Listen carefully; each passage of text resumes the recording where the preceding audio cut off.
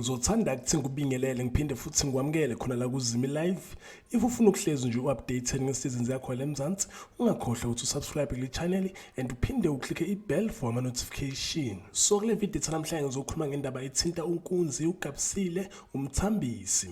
Ngizokhuluma ngama-teaser uzala ngawo November, izinto okumele uyilindele kwi-story sakhe uNkunzi, uGabisile nomthambisi. Njengoba sazi ukuthi uGabisile ubhizi uchithela uNkunzi and sema sichecka ama-teaser uzala ngoNovember sitholile ukuthi uGabisile uzoqhubeka emchithele uNkunzi and uMondli uzocishe embamba uGabisile naye umthambisi. Khumbula ukuthi uMondli nje manje ubhizi uya-investigator ngaye umthambisi and nake umngani wakhe uma uGabisile uFlava uzombuza ukuthi why engakhethi between uNkunzi nomthambisi. Mara uGabisile uzogcina ekhethile, uzokhetha yena umthambisi. Uzothi makhamba isikhathi uGabisile uzoyisola uma semkhethile umthambisi ukuthi hayibo umthambisi kahle akamazi ukuthi ahlahle zikhiphana ngayo umuntu onjani, kodwa uzoqhubeka ethandane naye. Uzothi makhamba isikhathi uNkunzi uzobabhaqa yena uGabisile benaye umthambisi noNkunzi uzothola ukuthi uGabisile uthandana nesitha sakhe uPutin. Lapho uNkunzi uzobe senza iqhinga lokuthi embulale uPutin.